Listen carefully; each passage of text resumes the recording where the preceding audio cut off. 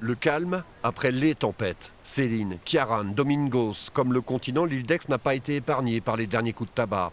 Accompagné d'un agent du service ingénierie du littoral du conseil départemental, l'ex-sois Lionel Largeau vient constater l'étendue des dégâts car une brèche est ouverte dans les remparts. En pied d'ouvrage, il y avait déjà une grande ouverture.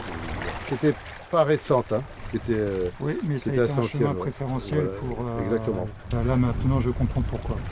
Si une partie des ouvrages d'art de l'île sont sous la responsabilité du département, une grande part des remparts appartiennent à la Société des Amis de l'île d'Aix. Et ça, on le doit à Eva Gourgaud, une riche héritière américaine bien connue des Aixois. En amourée de l'île, elle a, entre deux guerres, multiplié les achats de maisons, acquis des hectares de nature et les fortifications. À sa mort, c'est donc l'association qui a hérité de tout ça, lourde charge. Tout ça, c'est sous la directive des Bâtiments de France, de l'architecte des Bâtiments de France. Et pour l'association, ça reste un coût très important, oui. Parce que là, ça se chiffre à combien à peu près les devis Je ne peux pas vous dire, peut-être 50, 60, 70 000 euros, je ne sais pas.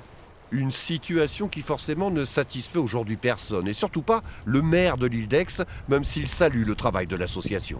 Je fais partie de ceux qui considèrent que les espaces publics, je veux dire, comme les places, comme les remparts, ça devrait être géré par les collectivités. Alors pas forcément par la mairie, mais par les collectivités. Les places publiques par la mairie, mais les remparts, tout ça, peut-être par le département. C'est eux qui devraient prendre en charge tout ça et pas une association. Pour l'heure, aucun calendrier de travaux de consolidation des remparts n'a encore été fixé.